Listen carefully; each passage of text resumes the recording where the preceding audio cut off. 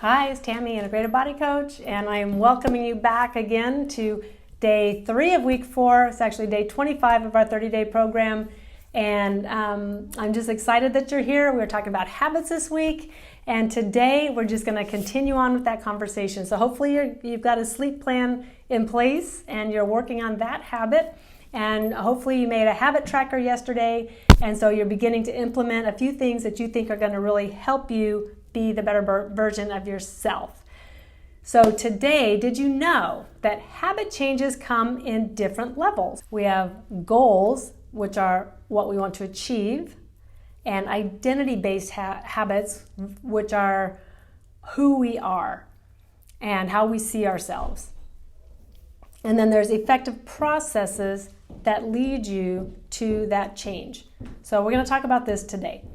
James Clear, again, in his book Atomic Habits, I mentioned this yesterday, and again, there's a link to the show in the show notes to this book. It's a fantastic book. A lot of what I talk about is coming out of this book. He spends a lot of time discussing levels of habit change.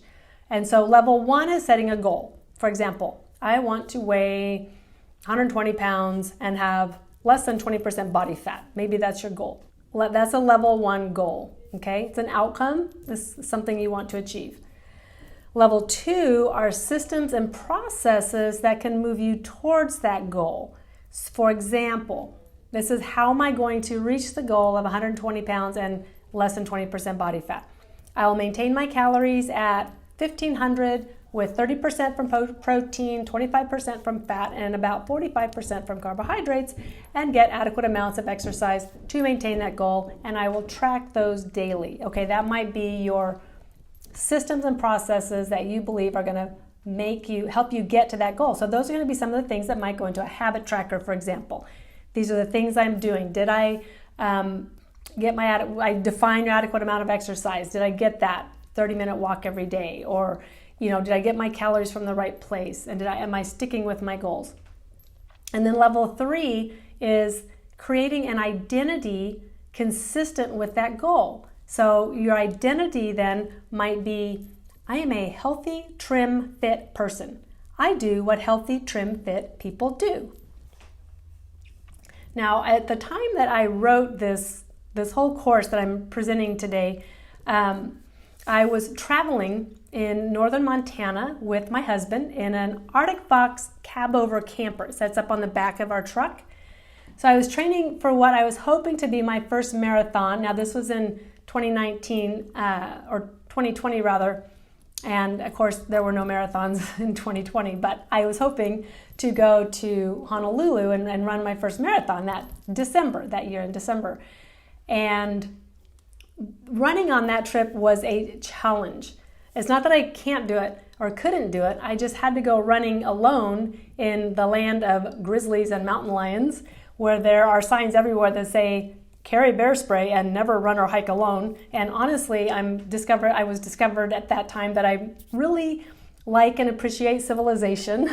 And not everybody is Daniel Boone, and even though I always liked to think of myself as an adventurous person, I was kind of disappointed at this time to realize that was not exactly my cup of tea. Okay, so, but it was a perfect environment to identify as a runner. So training for anything requires consistency. You have to do all your runs in all the months leading up to the big day.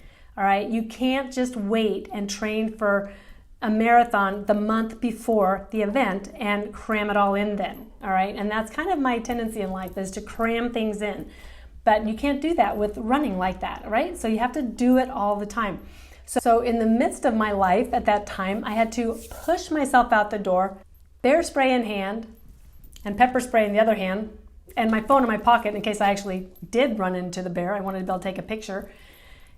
And I would tell myself, I'm a runner, and this is what runners do. I'm on an adventure, and this is fun and exciting, okay? And that was my process of identifying and taking on the identity of this athlete that I want to be, this runner, this marathon runner that I still have not achieved that, but it's this identity of somebody. What is it that these people do? Well, they don't sit around the camp or make excuses about why they can't run. They get out and they run because that's their identity. It's who they are. It's what they do.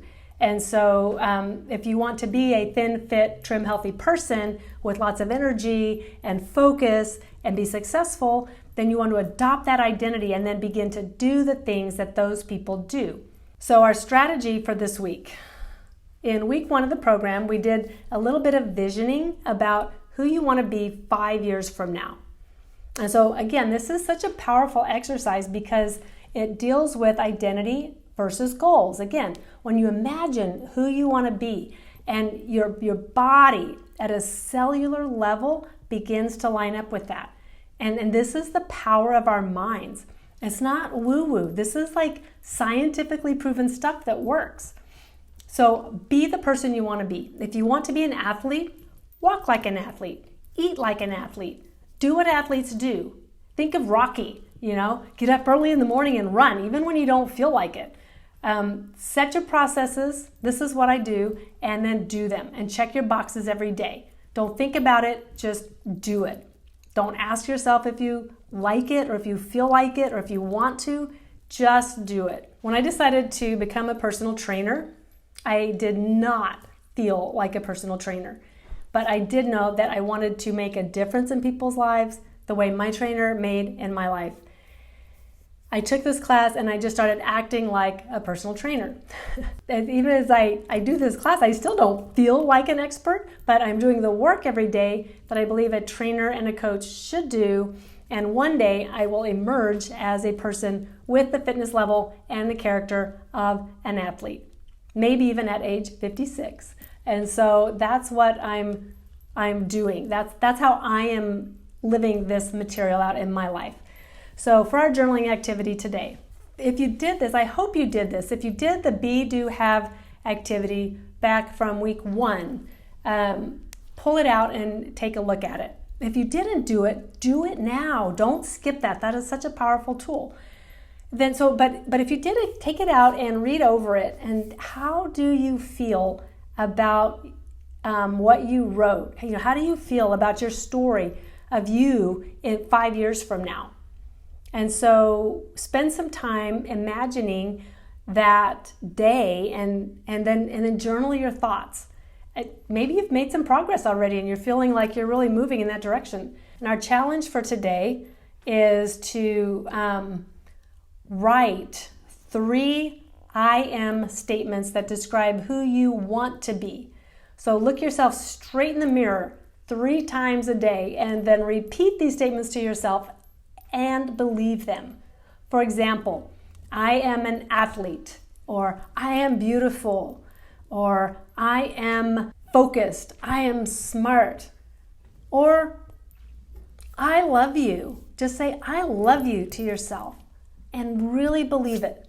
3 I am statements, 3 statements about you that you want to be. Maybe it's I am lovable, I am worthy, I am enough. Okay.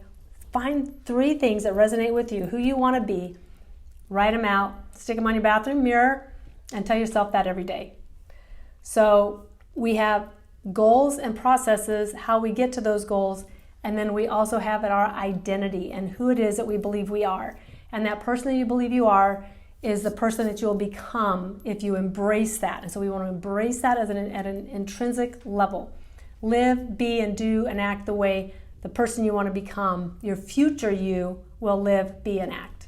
That's our message for today. And with that, don't forget to subscribe, like, share the channel, and join me back here tomorrow for one more day on habits.